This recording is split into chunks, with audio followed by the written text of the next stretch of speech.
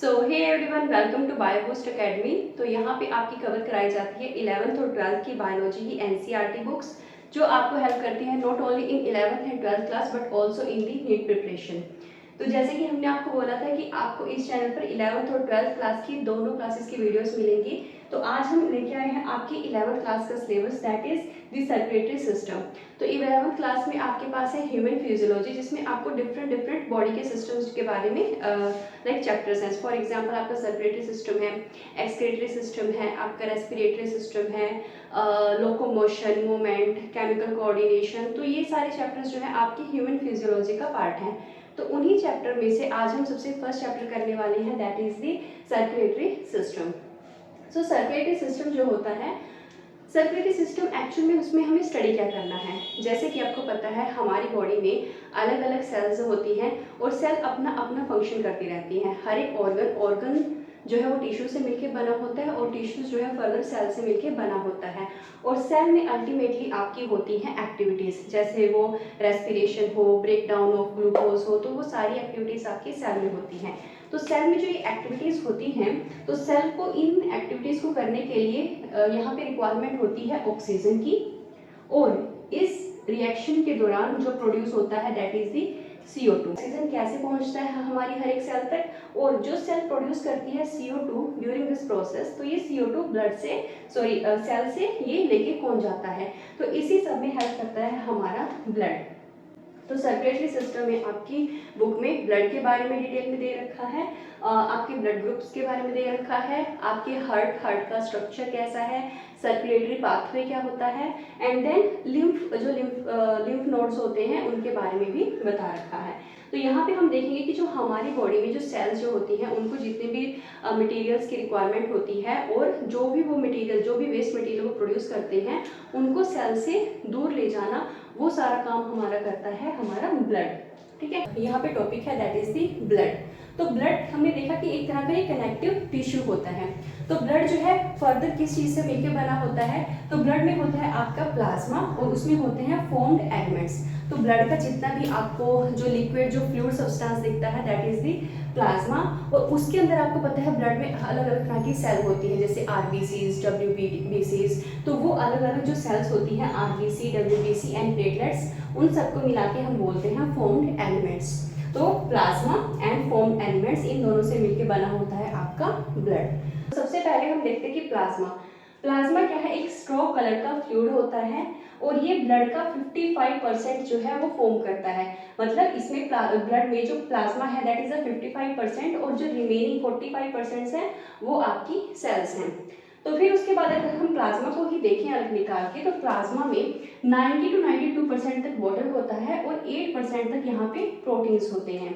तो ये जो आपका प्लाज्मा है, आपको इस तरह के फैक्ट्स याद करने पड़ेंगे बिकॉज इस तरह के फैक्ट्स आपको पूछे जाते हैं नीट एग्जाम में। तो ये हो गया आपका प्लाज्मा में 90 to 92% वाटर होता है, 8% यहाँ पे आपके प्रोटीन्स मिलते हैं। और प्रोटीन्स भी मेनली आपकी एनसीईआरटी बुक में 3 तरह के प्रोटीन यहाँ पे बता रखे हैं, fibrinogen, globulin and albumin. Fibrinogen जो होता है आपकी ब्लड क्लॉटिंग में हेल्प करता है। ग्लोबुलिन जो है आपका डिफेंस ऑफ बॉडी, मतलब कि जो डिफेंस मैकेनिज्म हमारा इम्यून सिस्टम है उसमें हेल्प करता है। और एल्बुमिन जो होता है वो ऑस्मोटिक बैलेंस जो है वो बना के रखता है।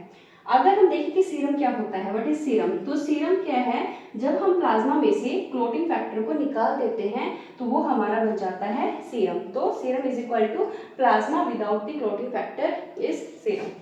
फिर उसके बाद आता है, so we are done with the plasma. तो अब हम करेंगे फॉर्म्ड एलिमेंट्स। उसमें सबसे पहले एलिमेंट हम पढ़ेंगे दैट इज द RBC यानी रेड ब्लड सेल्स। RBCs का दूसरा नाम है दैट इज इरिथ्रोसाइट्स। RBCs की जो लाइफ स्पैन होती है दैट इज द 120 डेज। और जो RBC होती है वो उनके अंदर एक पिगमेंट होता है that is the haemoglobin. Iron containing pigment है हीमोग्लोबिन, जो बना होता है आपका आयरन का। हीमोग्लोबिन की वजह से ही RBCs को रेड कलर मिलता है। और ये हीमोग्लोबिन किससे मिलकर बना होता है, आयरन से। तभी आपने देखा होगा कि जब भी किसी को एनीमिया होता है, लाइक जिसकी बॉडी में भी ब्लड की कमी होती है, तो उसको डॉक्टर आयरन के सप्लीमेंट्स को सजेस्ट करते हैं, लाइक आयरन की टैबलेट्स उनको दी जाती है। तो वो क्यों दी जाती है, बिकॉज आयरन जो है आपका हेल्प करता है हीमोग्लोबिन बनाने के लिए, और हीमोग्लोबिन से बनता है आपका RBCs।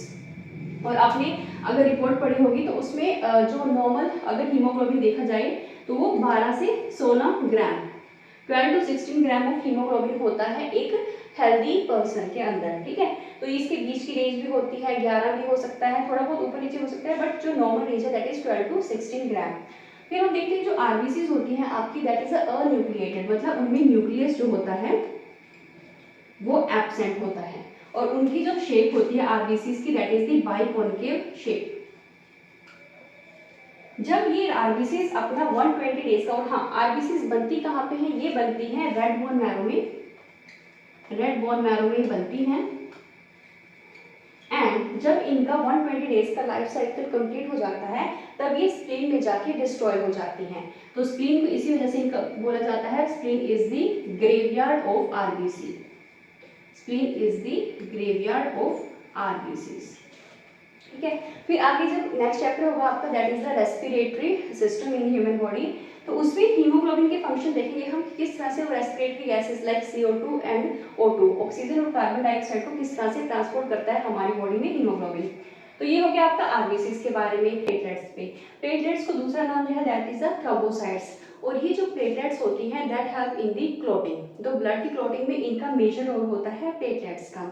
अगर हम देखें तो प्लेटलेट्स जो होती है ना, वो हमारा जो बोन मैरो होता है, बोन मैरो के अंदर कुछ स्पेशलाइज सेल्स होती हैं जिनको हम बोलते हैं मेगा कैरियोसाइट्स। क्या बोलते हैं? मेगा कैरियोसाइट्स, और इन सेल से मिलके बनती हैं आपकी प्लेटलेट्स। तो ये सेल जो होती है बोन मैरो में ही प्रेजेंट होती हैं, कुछ स्पेशल सेल्स होती हैं ये। फिर हम देखिए प्लेटलेट्स का अमाउंट कितना होता है पर mm³ में, प्लेटलेट्स होती हैं 1,50,000 से लेके 3,50,000 तक इनका अमाउंट होता है। और जब भी प्लेटलेट्स का अमाउंट घटता है तो उसकी वजह से क्लॉटिंग डिसऑर्डर जो है वो फेस करने पड़ते हैं। तो reduction in the number causes the clotting disorders. फिर आता है आपका WBC। WBC में जो उनका दूसरा नाम होता है दैट इज दी ल्यूकोसाइट्स। आपने सुना होगा कि एक कैंसर होता है दैट इज अ ल्यूकेमिया, ठीक है, तो वो ब्लड कैंसर को बोलते हैं ल्यूकेमिया। नथिंग बट जो ये सेल्स होती हैं WBCs, उसी नाम से वो पड़ा है ल्यूकेमिया, ल्यूकोसाइट से आपके कैंसर का उसका नाम पड़ा है ल्यूकेमिया। तो WBCs जो होती हैं उनकी जो लाइफ स्पैन होती है वो बहुत ही कम होता है, 120 डेज। अब कंपेयर टू द RBCs उनका लाइफ स्पैन कम होता है। RBCs में यहाँ पे न्यूक्लियस एब्सेंट था बट WBCs में न्यूक्लियस प्रेजेंट है। RBCs रेड कलर की थी बट WBCs कलरलेस हैं। क्यों? बिकॉज यहाँ पे हीमोग्लोबिन एब्सेंट होता है। अगर हम देखें WBCs, यहाँ पे दो तरह की WBCs होती है, एक होती है ग्रैनुलोसाइट्स और दूसरी होती है एग्रैनुलोसाइट्स। तो ग्रैनुलोसाइट्स में आपकी तीन तरह की WBCs हैं, न्यूट्रोफिल, इओसिनोफिल्स एंड बेसोफिल। और जो एग्रैनुलेटेड्स हैं उनमें दो तरह की WBCs हैं, मोनोसाइट्स एंड लिम्फोसाइट्स। और लिम्फोसाइट्स का मेजर रोल है हमारे इम्यून सिस्टम में, क्योंकि जो बी लिम्फोसाइट्स, टी लिम्फोसाइट्स ये हमारी एक्टिव इम्यूनिटी को प्रमोट करती है हमारी बॉडी में। तो ये हो गया आपका ब्लड, जिसमें हमने पढ़ा प्लाज्मा के बारे में, और उसके बाद हमने पढ़ा फॉर्म्ड एलिमेंट्स के बारे में। तो इससे जो नेक्स्ट लेक्चर होगा तो that will be on your blood groups. तो AB ऑफ ब्लड ग्रुप क्या होता है, RH ग्रुपिंग क्या होती है, तो नेक्स्ट लेक्चर होगा इन दो टॉपिक्स के ऊपर। और इस लेक्चर से रिगार्डिंग अगर आपके कोई भी डाउट्स हैं तो you can ask in the comment section.